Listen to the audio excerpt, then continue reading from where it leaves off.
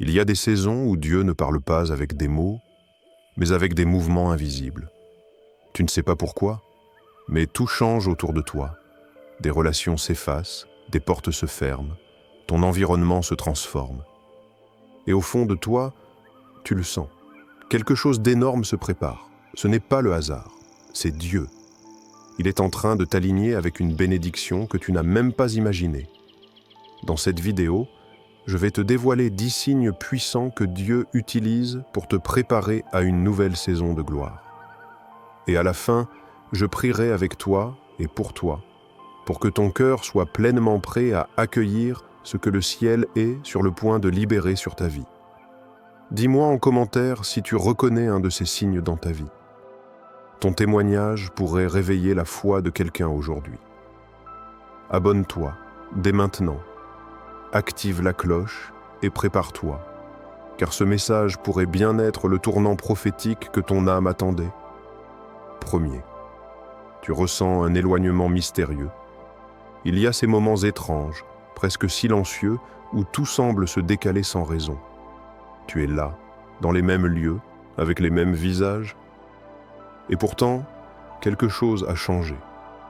Les paroles que tu partageais hier avec enthousiasme te paraissent aujourd'hui sans goût. Les endroits familiers deviennent pesants, et tu te surprends à vouloir t'éloigner sans vraiment savoir pourquoi. Tu ne fuis personne, tu ne détestes rien, mais tu sens en toi un appel subtil, presque imperceptible, qui t'attire ailleurs.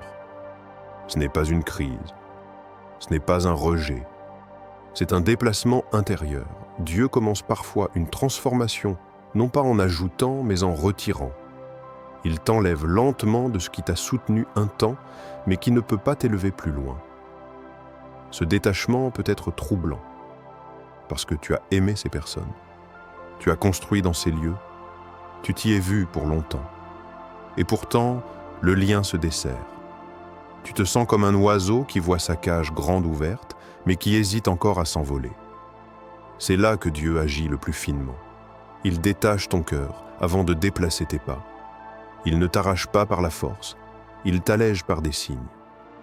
Et soudain, tu sens que cette paix que tu avais là n'y est plus. Il se peut que tu te sentes même coupable, que tu essaies de te convaincre que ce n'est qu'une phase, que tout ira mieux si tu fais un effort. Mais ce que tu ignores, c'est que Dieu n'enlève jamais quelque chose sans raison. Il vide un espace pour le remplir différemment. Tu es peut-être en train de quitter une saison sans l'avoir décidé. Et c'est justement ça le signe. Ce n'est pas toi qui as choisi ce détachement. C'est Dieu qui t'enveloppe doucement d'un vent nouveau, invisible mais réel. Et pendant que tu essaies encore de comprendre, le ciel, lui, trace déjà le prochain chemin. 2. Une agitation intérieure inexpliquée te réveille. Tu te lèves un matin et rien ne va plus. Pas à l'extérieur. Tout semble en ordre. Mais en toi, c'est le chaos tranquille. Tu n'as pas de problème visible. Pourtant, quelque chose ne tourne pas rond. Tu manges, tu travailles, tu pries, mais tu ne ressens plus rien. Tu regardes ta vie et tu te dis « Pourquoi est-ce que je me sens vide alors que tout va bien ?» Tu devrais être reconnaissant. Mais au fond, tu as la sensation qu'un feu s'est éteint. Et pire encore, tu ne sais même pas ce que tu attends. Cette sensation étrange, ce n'est pas une crise d'ennui. C'est une alarme spirituelle. Quand Dieu veut te sortir d'un confort qui te limite, il commence par déranger ton intérieur. Ce n'est pas le monde autour de toi qui change, c'est ton regard. Tes désirs se déplacent, tes envies se brouillent, tu ne veux plus ce que tu voulais et tu n'arrives pas à nommer ce que tu cherches. Ce vide n'est pas un problème à résoudre, c'est un signal. Ton âme soupire, pas pour avoir plus, mais pour devenir plus. Tu ressens un appel à aller plus loin sans savoir dans quelle direction. Et c'est là que Dieu agit, quand l'inconfort devient une invitation. Tu pourrais choisir de te distraire, d'éteindre cette tension avec des habitudes. Mais ce serait manquer la voix silencieuse qui te parle à travers ce trouble. Tu crois que tu es dans le doute, mais en réalité, tu es dans la transition. Ce que tu sens, c'est la destinée qui te secoue. Dieu t'agite pour t'arracher à la surface. Mets-toi à l'écoute, car parfois, le malaise est la preuve que ton esprit refuse de se contenter du minimum. Et si tu restes attentif, ce vide pourrait bien être l'entrée d'une toute nouvelle dimension. Troisième, les portes se ferment sans logique. Tu t'es battu, tu as prié, tu as persévéré, tu as cru jusqu'au dernier moment. Mais la porte s'est quand même refermée. Et pas une seule fois, plusieurs fois. Tu commences doute à te demander si quelque chose ne cloche pas chez toi, si tu n'as pas manqué une étape. Tu regardes les autres avancer pendant que toi, tu restes bloqué devant un mur qui ne bouge pas. Et tu ne comprends pas. Tu avais la foi, tu avais le plan, tu avais les compétences. Et pourtant, ça n'a pas suffi. Ce contrat que tu sentais gagner s'est évaporé. Cette relation prometteuse s'est effondrée sans raison. Ce rêve sur lequel tu travaillais depuis des mois est devenu silence. Alors tu te mets à douter. Pas seulement de la situation, mais de toi. Tu te dis, peut-être que je n'étais pas prêt. Peut-être que je n'étais pas à la hauteur. Mais, et si ce n'était pas un échec? Et si c'était une protection? Une intervention divine pour te détourner d'un chemin qui semblait bon, mais qui cachait une impasse? Dieu voit ce que tu ne vois pas. Il connaît les conséquences derrière cette opportunité brillante. Il sait que ce « oui » que tu attendais pouvait devenir le piège que tu n'aurais jamais su contourner. Dans la Bible, même l'apôtre Paul a été empêché par le Saint-Esprit de prêcher dans certains endroits. Pas parce qu'il avait tort, mais parce que ce n'était pas le moment. Ce n'est pas parce que la porte est fermée que tu as pris une mauvaise direction. Parfois, c'est justement parce que tu avances bien que Dieu veut te rediriger avec précision. Chaque « non » que tu vis n'est peut-être pas un refus, c'est peut-être un « pas ici » ou un « pas encore ». Mais dans tous les cas, ce que tu crois être un blocage est peut-être le virage caché vers quelque chose de bien plus grand que tu n'avais envisagé. Quatrième, tu as une soif soudaine de solitude et de silence. Tu n'as pas disparu, tu t'es retiré. Tu ne fuis pas le monde. Tu cherches quelque chose, ou plutôt quelqu'un, et tu sais que tu ne le trouveras pas dans le bruit. Tes amis s'inquiètent, ton entourage ne comprend pas. Pourquoi tu es si distant? Pourquoi tu ne réponds plus? Mais comment leur expliquer que ce n'est pas un isolement? C'est une retraite sacrée. Tu ressens une attirance étrange pour le silence.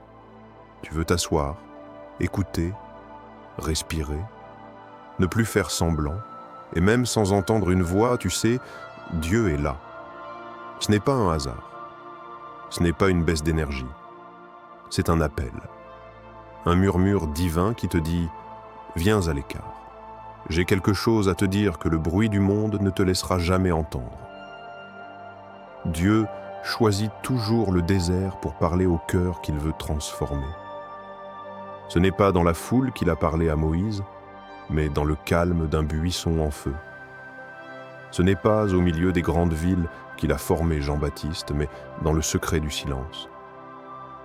Il y a des choses que Dieu ne peut pas te dire tant que tu es entouré de distractions, des révélations, des instructions, des directions claires, mais qu'il te réserve pour le lieu secret.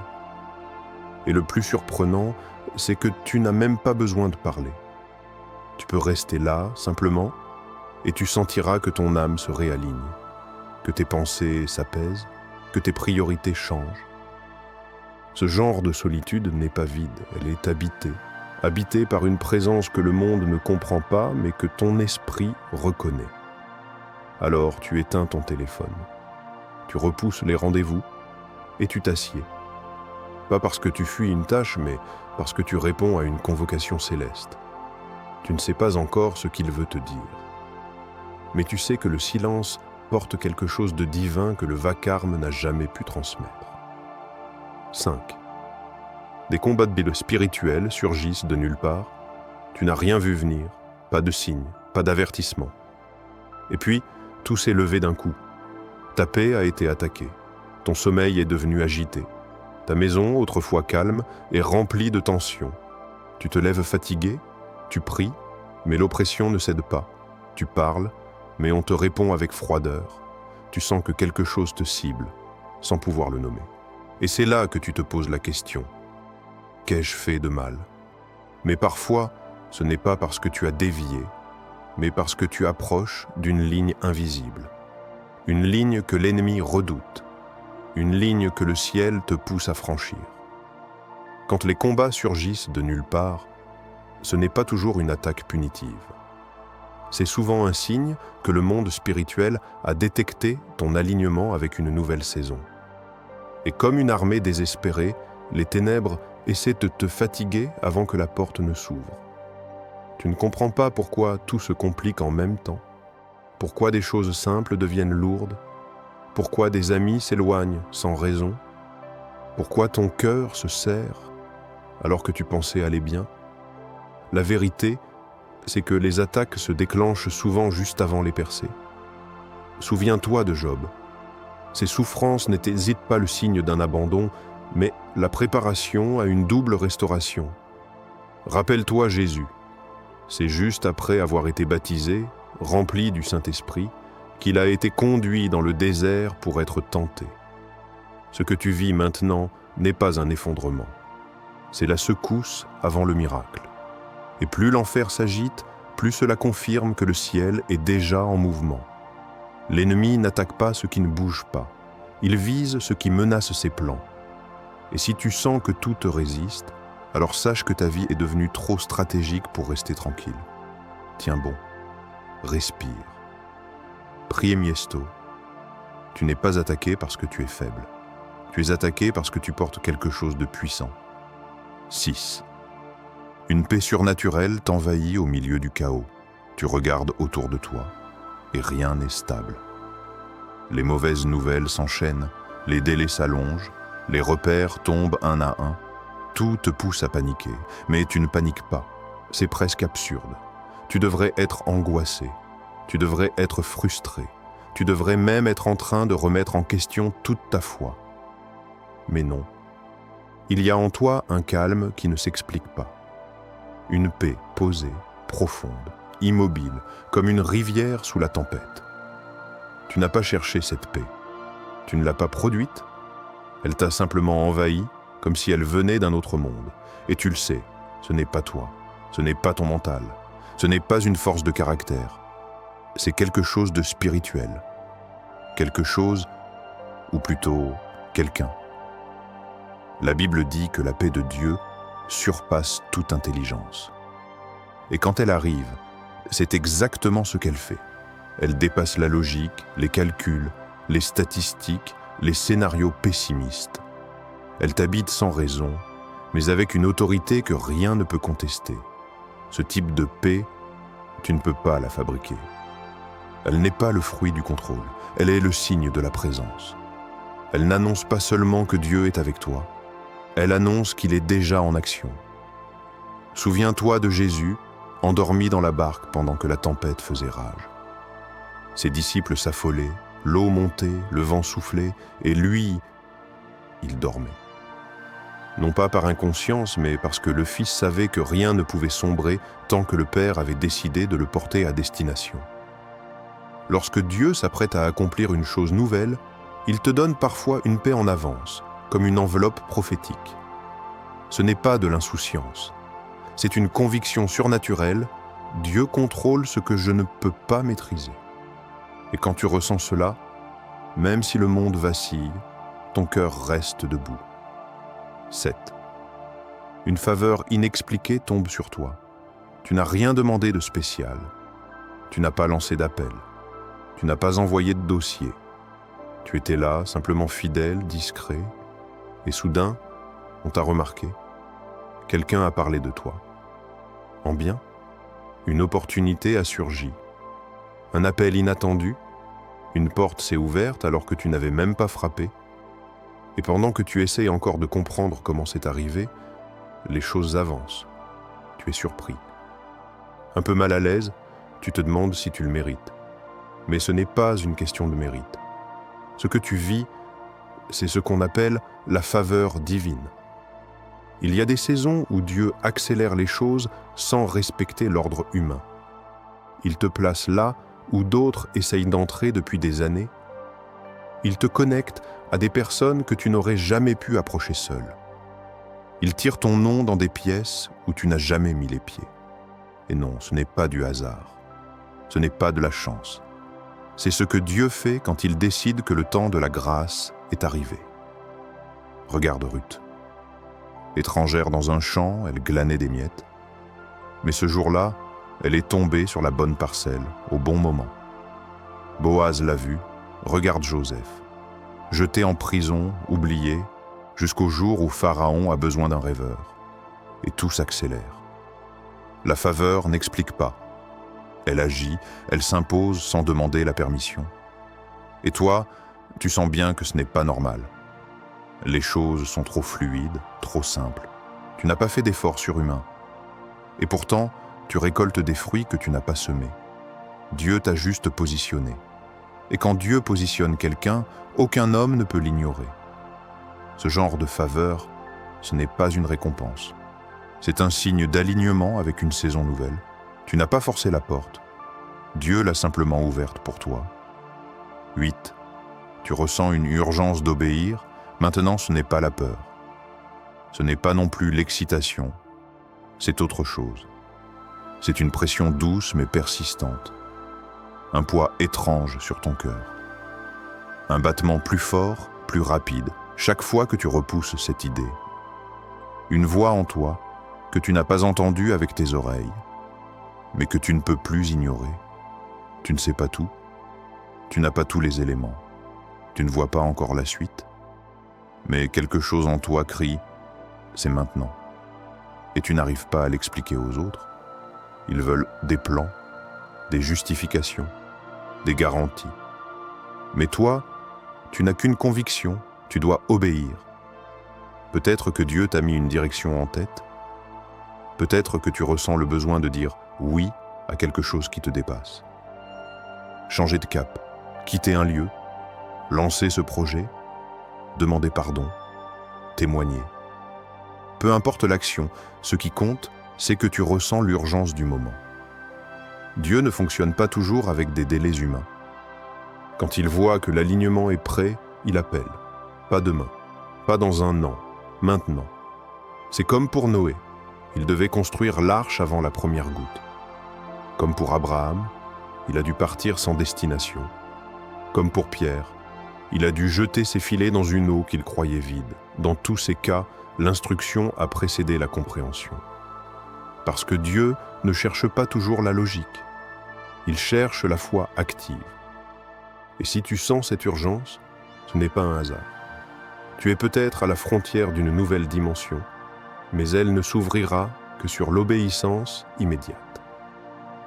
Attendre de tout comprendre, c'est parfois louper la fenêtre divine. Mais dire oui dans l'inconnu, c'est souvent ce qui ouvre les cieux. Il y a des clés que Dieu place dans l'instant. Et si ton cœur te presse, alors il est peut-être temps de tourner la serrure. 9. Tes rêves deviennent plus vifs, prophétiques, répétitifs. La nuit n'est plus silencieuse, elle parle. Et toi, tu ne dors plus comme avant. Ton sommeil devient un terrain d'images, de scènes, de visages. Certains rêves s'impriment en toi comme des empreintes profondes. D'autres reviennent, encore et encore, comme une insistance céleste. Tu ne peux pas les chasser, même réveillé, tu les ressens encore. Ils te laissent pensif, inquiet, parfois en paix, parfois troublé. Mais tu sais, quelque part en toi, que ce ne sont pas de simples pensées nocturnes. Quand Dieu veut parler à ton esprit, mais que ton quotidien est trop bruyant, il choisit le langage de la nuit. Il a parlé à Joseph en rêve pour l'avertir de fuir. Il a guidé les mages par une vision. Il a semé des instructions dans le cœur de Daniel par des images symboliques. Même dans le livre de Joël, Dieu promet « Vos fils et vos filles prophétiseront. Vos vieillards auront des songes, vos jeunes gens des visions. » Ce que tu vois en rêve n'est pas toujours clair, mais ce n'est pas un hasard. Dieu ne parle pas toujours en mots. Il code ses messages dans des images, des répétitions, des symboles, Il t'alerte, il te prépare, il confirme, et parfois, il te montre ce qui est en train de se passer dans l'invisible. Il ne s'agit pas d'interprétation humaine ou de superstition. Il s'agit de discernement spirituel. Car dans le monde de l'esprit, le silence n'est jamais vide, et ton sommeil peut devenir un lieu de rendez-vous divin. Si tu reçois des rêves marquants, n'en fais pas peu de cas. Note-les. Médite. Demande à Dieu de t'éclairer. Et si certains reviennent, ne les ignore pas. Quand un message est important, le ciel insiste. Parfois, ton esprit reçoit de nuit ce que ton cœur n'est pas encore prêt à entendre de jour. Et ces rêves, que tu ne peux pas oublier, sont peut-être des clés prophétiques que Dieu veut te faire saisir avant la prochaine étape. 10e. Tu sens un appel profond à changer de dimension spirituelle. Tu ne peux plus faire semblant. Les vieilles prières ne suffisent plus. Les chants sans intention ne te touchent plus. Les routines spirituelles, autrefois rassurantes, te paraissent vides. Il y a en toi un cri silencieux, un feu discret, mais qui refuse de s'éteindre. Tu veux plus, pas plus de choses, pas plus de promesses, plus de Dieu. Et ce désir, tu ne l'as pas inventé, tu ne l'as pas fabriqué. C'est l'esprit en toi qui pousse, qui frappe, qui élève. Il ne te demande pas de devenir parfait. Il te demande d'ouvrir une porte. Parce que ce qu'il veut déposer dans ta vie ne peut pas tenir dans l'espace que tu occupes aujourd'hui. Tu sens que ton niveau actuel ne suffira pas pour la prochaine saison. Alors tu changes, tu ajustes. Tu commences à sanctifier des zones de ta vie que tu avais tolérées. Pas par peur, mais parce que ton âme sait, il est temps de monter plus haut. Ce n'est pas de la religion, ce n'est pas du perfectionnisme spirituel. C'est une invitation du ciel à la maturité. Tu ne veux plus juste recevoir de Dieu. Tu veux le porter, le refléter, le servir avec poids, avec autorité, avec clarté. Comme un aigle qui sent que ses ailes ne sont plus faites pour marcher, tu es prêt à quitter les zones basses. Tu ne veux plus te nourrir des miettes de l'émotion. Tu veux t'asseoir à la table de la révélation. Ce type d'appel ne fait pas de bruit, mais il change tout. Il vient parfois en pleine nuit, parfois dans une réunion, parfois en pleine solitude. Et il ne te quitte plus. Il te poursuit jusqu'à ce que tu dises « Seigneur, me voici ». Je ne veux plus reculer. Je suis prêt. Quand Dieu te pousse vers la profondeur, ce n'est pas un caprice spirituel. C'est parce qu'il te fait confiance avec quelque chose de lourd, de saint, de stratégique. Et il ne veut pas que cette bénédiction t'écrase. Il veut que tu sois prêt à la porter. Vérité. À ne pas oublier Dieu, détache avant d'élever. Il teste dans le secret avant de t'exposer à la lumière. Il cache souvent sa gloire dans l'ordinaire. Il interrompt tes plans pour révéler les siens. Prions, Seigneur, merci pour ta fidélité dans les saisons visibles et invisibles. Ouvre mes yeux pour que je voie les signes de ta main. Donne-moi un cœur obéissant, une âme attentive et une foi solide. Prépare-moi à recevoir ta bénédiction, sans la laisser me détourner de toi. Je renonce à la peur, au doute, à la résistance. Je dis oui à ton appel, oui à ta volonté, oui à ta saison. Au nom de Jésus, Amen.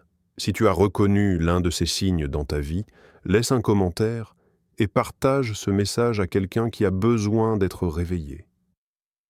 Abonne-toi à cette chaîne pour recevoir chaque semaine une parole qui aligne ton cœur avec la pensée de Dieu. Et souviens-toi, quand Dieu commence à bouger dans l'invisible, c'est parce qu'une bénédiction visible est en chemin.